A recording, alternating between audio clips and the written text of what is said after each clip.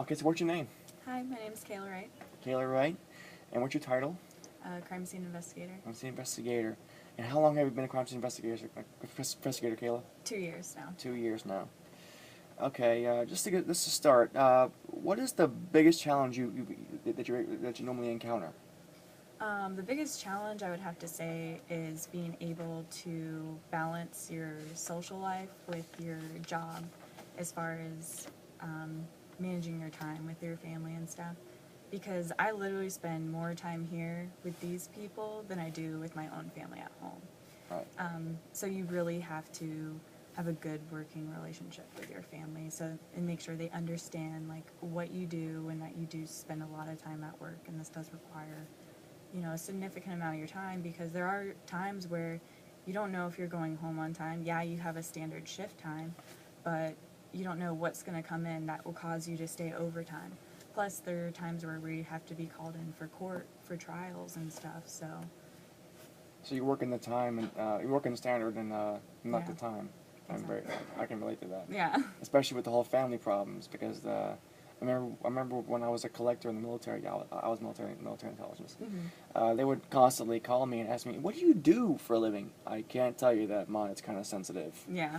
Sorry, There's a lot of times too where it will be your off days and they need you to come in because a big case came in, they need help with or assistance. Right. So there is that possibility of being called in as well. So And what skills and talents are most essential for being effective in this particular field? I would definitely have to say critical thinking, as far as like when you get to a scene, you have to be able to identify items that are of value, especially as evidence, because Right. you're the one who's going to need to look for those specific items. Okay, what did this guy touch as he was coming in?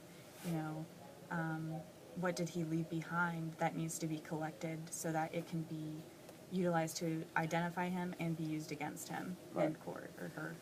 So There's just a way of separating things that are useful and things that are not useful. exactly. Also, even just skills that require, like photography is a big skill of ours, especially with working at night. You have to be able to work the camera at night. You have very limited lighting, especially if you're, here it's different. There's not that many woods, but there are streets that don't have any street lights, so you have to be able to capture that scene as you see it or give it light. So you have to be able to have that skill. Yeah, Lewis was talking about having ability to think outside the box, and Exactly. thank you, Lewis, and not have to not be bounded by all these barriers or boundaries that they're stuck in place, because a lot of the conventions or formalities are more a hindrance than helpful. Exactly. Yeah. Just as something as like day and night, like you'll have different camera settings, as if you're photographing a scene during the day than when you're Right. photographing at night. And there are scenes too where it starts out at night and then ends up in the day, so you're having to constantly adjust to anything that's thrown at you, and you just have to be able to think on your feet. All right, what do I need to do to make this Sounds like accurate? combat. Yeah, exactly. That's very familiar stuff I'm hearing. You mentioned this earlier. Your answer to this, but I'm gonna ask anyway. Okay. What advice would you give someone thinking about this career? Definitely make sure it's something you want to go into. Right. I knew from high school that I wanted to be involved in some kind of crime scene investigation, medical examiner, that type of field. Right. Anything in forensic related.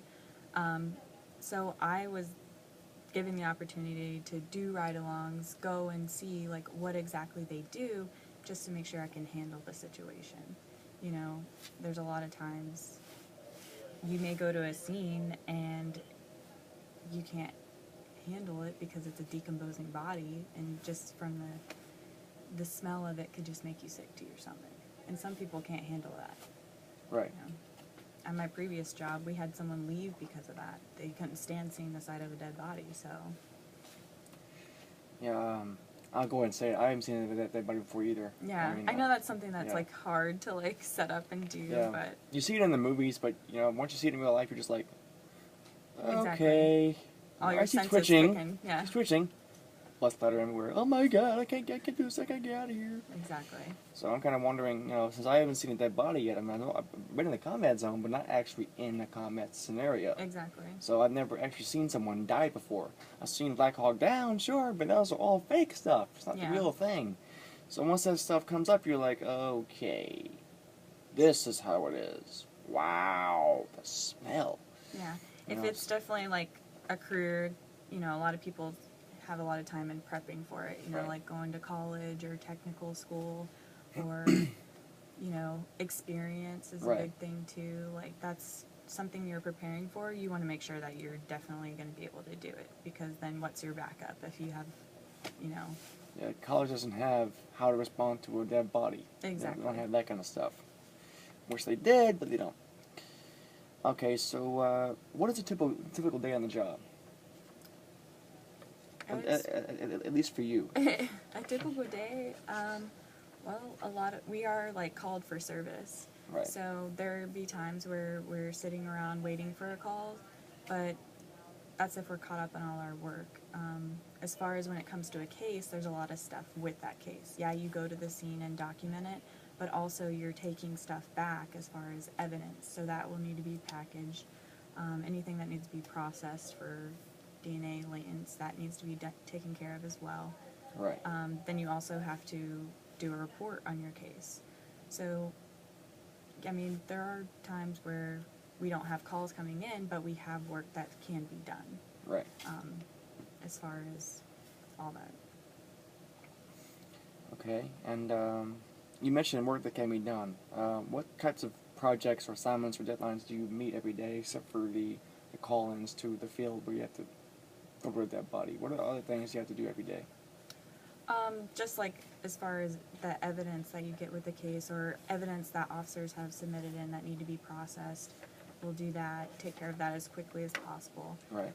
Mainly making sure that gets packaged and put into evidence and getting your report in as quickly as possible. Right. Because soon the trial and they'll be prepping and need all your case supplements so that they can prepare for the case. Mm. So pretty much getting everything prepped and viewing the evidence and making sure that it's admissible or that it's useful or that it can actually be conclusive in court, things like that. Yeah, mainly just getting your stuff in as, obviously doing it efficiently, but getting it in as quickly as possible so that they can start going through with their investigation. Right. And what college-related skills do you regularly use? I mean, there's the basic writing skills. We do a lot of report writing. I know about that. Yeah, exactly. As far as hands-on experience, it's really hard unless you go to like a technical school for this job. Like I went to a 4-year university and got a certificate in crime scene investigation. Yeah, I utilized some of that information when it comes to like theories in the field as far as, being able to think, oh, okay, well, this guy came in here, burglarized this home, maybe he touched this and this. But really, it's a lot of hands-on experience that the school that I went to didn't teach me directly. So I had to do a lot of on my own, like teaching myself how to do photography, especially processing techniques. Like if it's not a school that teaches that to you directly, then it's going to be really hard to do this. Right.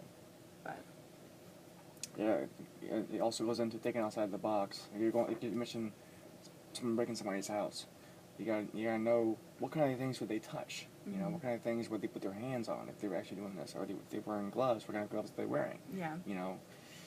It's all these different things that you gotta think about. That you got these different dots you gotta connect. Exactly.